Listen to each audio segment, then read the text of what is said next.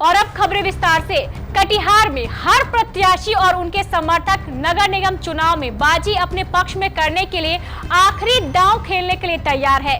इसी कड़ी में मेयर पद की सशक्त दावेदार रितु अग्रवाल के पति सामाजिक कार्यकर्ता ललित अग्रवाल ने विधान परिषद अशोक अग्रवाल के खिलाफ मोर्चा खोलते हुए उनके गारंटी पत्रिका कॉपी पेस्ट करने का आरोप लगाया है। बताते चले कि विधान पार्षद अशोक अग्रवाल की धर्मपत्नी उषा देवी अग्रवाल मेयर पद की प्रत्याशी है। इस बीच ललित अग्रवाल की धर्मपत्नी रितु अग्रवाल के पक्ष में प्रेस कॉन्फ्रेंस की गई है, जिसमें कहा गया है कि उषा देवी अग्रवाल ने ललित अग्रवाल की धर्मपत्नी और मेयर प्रत्याशी रितु देवी अग्रवाल का गारंटी कार्ड कॉपी पेस्ट किया है। देखिए पूरी खबर। मैंने 3 नेताओं के बारे में कहा है, विजय सिंह जो मेयर रहे हैं, विधायक हैं, एमएलसी अशोक अग्रवाल और मंत्री श्री राम प्रकाश महतो। मेरा ये कहना है कि तीनों के पास बड़े बड़े नाम है, बड़े बड़े पद है, विधायक, विधान पार्षद, मंत्री का, और 10-10, 15-15 साल वो लोग मंत्री हैं और कोई तो लगातार आज भी बड़े बड़े पदों पर आसीन है। आज तक उनके दिमाग में कटिहार के विकास का प्लान क्यों नहीं आया? आज तक उन्होंने जनता के बारे में क्यों नहीं सोचा? तो जनता को तो ये बताना होगा, और जनता को बताने की अब शायद जरूरत नहीं है।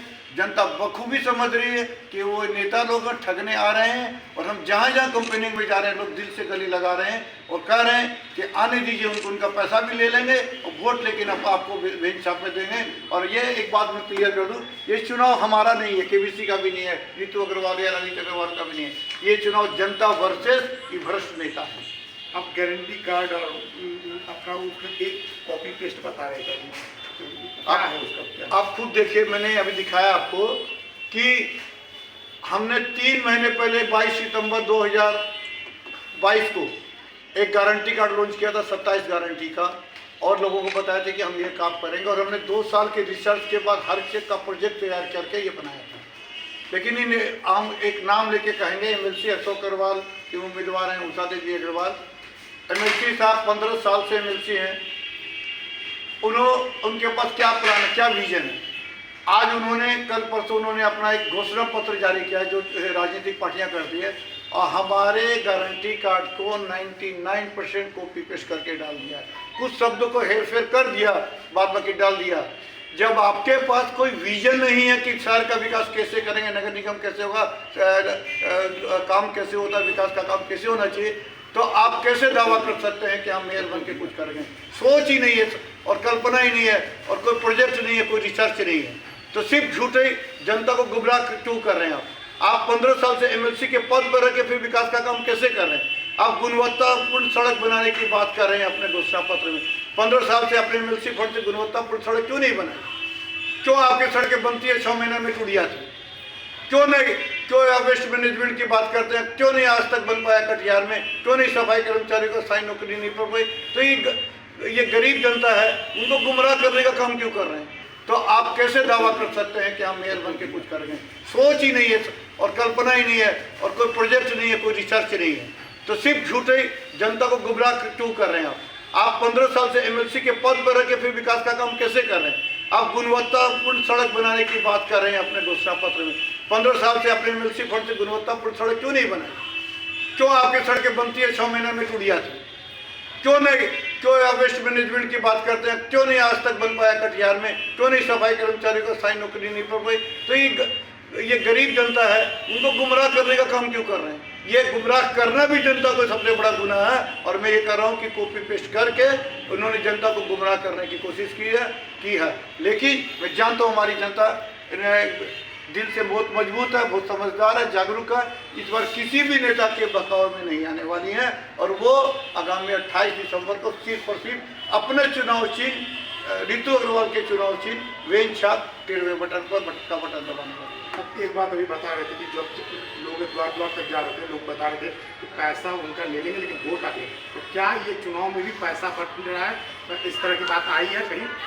राजनीतिक शक्तियाँ, आप सोच लीजिए, जिस एमएलसी के पास कोई शहर में विकास का प्लान नहीं है, जो कॉपी पेस्ट कर रहे हैं सिर्फ हमारे गारंटी कार्ड का, वो 15 साल से एमएलसी है, तो क्या किया और कैसे वो एमएलसी बन गए? और सूत्र से ये मिल रहे, सब जगह दावा, लोग स्थानीय नेता बता रहे हैं कि फलाना जगह से इतना का ऑफर है, फलाना जगह से इतना का ऑफर है। तो वो कान में बात आ रही है, कहीं से कपड़े मिलने की बात, कहीं से शराब पटने की बात ये कान में आ रही है। इसलिए मैं जनता को बता रहा हूँ, अगर आपके पास कोई आता है तो बिल्कुल ले लीजिए, क्योंकि आप गरीब का पैसा उन लोगों ने लूट के रखा, घर भर दिया, वो आपका पैसा लूट लिया आपको, आप ले लीजिए।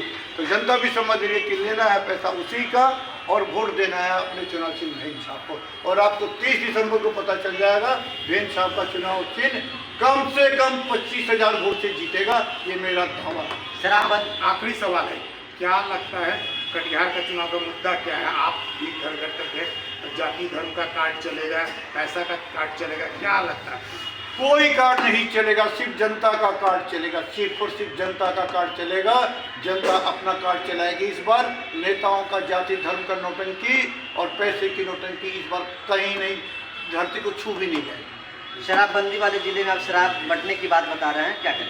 सुनने में खबर है, मैं कंफर्म नहीं, लेकिन स्थानीय लोग जो लोकल नेता वो बता रहे हैं कि फलाना से ये मिलने वाला है, ये मिला वो मिला, तो जनता समझती है, जनता खुद वहाँ विरोध कर देती है कि आने दीजिए। विजन नहीं है और आप 15 साल से एमएलसी कैसे हैं? सवाल पत्रकारों को ये जरूर पूछना चाहिए कि जब 15 साल में कौन से विजन से आपने काम किया जो आज तक कुछ नहीं कर दिया था।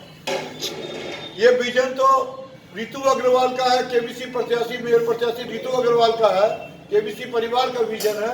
तो ये विजन आपने कॉपी पेस्ट क्यों कर लिया? आज तक ये cycling plant, recycling plant, waste management system क्यों नहीं आया शहर में? 1 साल नहीं, 2 साल नहीं, लगभग 15 साल हो चुके हैं। कहीं तो कुछ हुआ होता, किसी को तो नौकरी अस्थायी होती, कुछ तो भला होता किसी का। कहाँ दिखा 15 साल में? आप तो कटिहार की समस्या से जन जन से जुड़े हैं, निष्पक्ष दिल से सोचिए, आत्मा से सोचिए, क्या वास्तव में नेताओं ने कटिहार का भला किया है क्या? एक भी नेता ने, अगर आपको लगता है कटिहार का भला किया है, क्योंकि कटिहार में जन्म आपका भी है, कटिहार में आपके भाई बंधु भी रहते हैं, आपके बच्चे भी रहते हैं, आपके बुजुर्ग माता पिता भी रहते हैं। ये कटिहार में कोई राजनीति नहीं होनी चाहिए, कोई पार्टी पॉलिटिक्स नहीं होनी चाहिए। शहर अपना है तो इसको सजाने संवारने और साफ सुथरे करने का प्लान अपने पास होना चाहिए, विचार अपना होना चाहिए। मैं आप सबको यहाँ प्रोमिस करके जा रहा हूँ, आने वाले वक्त में कटिहार की सड़क पर मेरे पास ऐसा प्लान है कि एक कागज का टुकड़ा भी नहीं दिखेगा। हिंदुस्तान में वैसा शहर न तो अभी है और नहीं अगला 5 साल में शायद होगा, लेकिन कटिहार वो पहला शहर होगा जिसकी सड़क पर एक भी कूड़े का कागज भी नहीं दिखेगा। करने का, शहर को बनाने का जो मैं दावा कर रहा हूँ कि साफ सुथरा, सुंदर और स्वच्छ की बात और खूबसूरत शहर की बात। तो खूबसूरत का मतलब ही नहीं कि दिखने में ही खाली सुंदर, खूबसूरत का अभिप्राय कि हर तरह से धनी होना चाहिए। मैं आपको यहाँ विश्वास दिला के जाके जा रहा हूँ, कटिहार बिहार की सांस्कृतिक राजधानी बनेगी, साहित्यिक राजधानी भी बनेगी, पत्रकारिता की भी सेंट्रल नगरी बनेगी। साहित्यिक राजधानी का अभिप्राय मेरा क्या है? साहित्यिक राजधानी का अभिप्राय कि जो कटिहार के साहित्यकार और कवि लोग हैं, जो अपनी कलम से लिखते चाहे वो पत्रकारिता के आर्टिकल, रिसर्च आर्टिकल लिखते हो, उनके लिए एक बहुत बड़ा प्लेटफॉर्म होगा, एक कला भवन होगा, एक साहित्य भवन होगा, जिसमें सारी सुविधाएं होंगी और पूरा शहर का वातावरण ऐसा होगा कि यहाँ के लोग, लेखक और कवि नई नई रचना लेके आएंगे और पूरे देश में उनको प्लेटफॉर्म मिलेगा आगे बढ़ने का।